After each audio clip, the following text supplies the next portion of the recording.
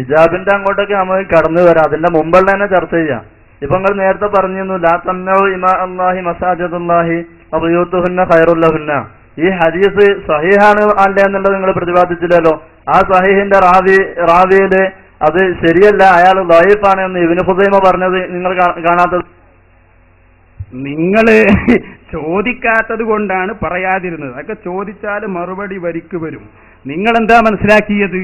വബുയൂതുഹുന്ന ഖൈറുല്ലഹുന്ന ശഫീഉനാ മുഹമ്മദുർ റസൂലുള്ളാഹി സല്ലല്ലാഹു അലൈഹി വസല്ലമ തങ്ങൾ പറയുന്ന ആ ഹദീസിനെ ഉദ്ധരിച്ചുകൊണ്ട് ബഹുമാനപ്പെട്ട ഇമാം നബവി റഹ്മത്തുള്ളാഹി അലൈഹി തന്റെ ശറഹുൽ മുഹദ്ദബിൽ വ്യക്തമായി രേഖപ്പെടുത്തുന്നു, ഇസ്നാദു ഹാദൽ ഹദീസ് സ്വഹീഹുൻ.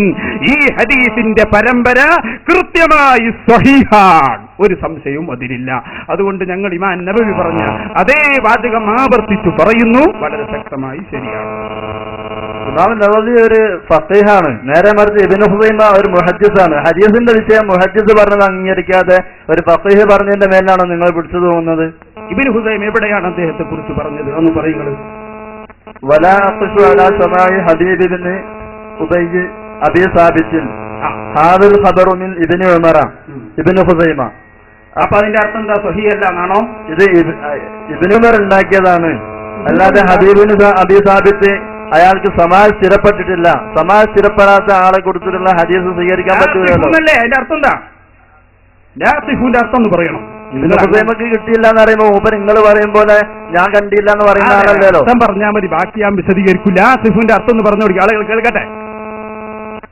ലാത്തിഫ് പറഞ്ഞാൽ എന്താ?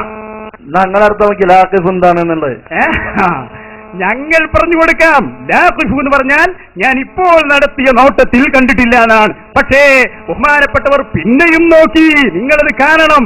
എടുക്കു ഫത്ഹുൽ ബാരി, ഫത്ഹുൽ ബാരിയിൽ കാണാം ഇബ്നു ഹജർ തങ്ങൾ പറയുന്നു അഖ്റജഹു അബൂ ദാവൂദ് വസഹഹു ഇബ്നു ഹുസൈമ. ഈ ഹദീസ് അബൂ ദാവൂദ് പുറപ്പെടുവിക്കുകയും ഇബ്നു ഹുസൈമ സ്വഹീഹാക്കുകയും ചെയ്തിട്ടുണ്ട്. ഫത്ഹുൽ ബാരിയുടെ 2ാം വാള്യത്തിന്റെ 350-ാമത്തെ പേജ്. ഇനി എന്ത് പറയാണ്ട്?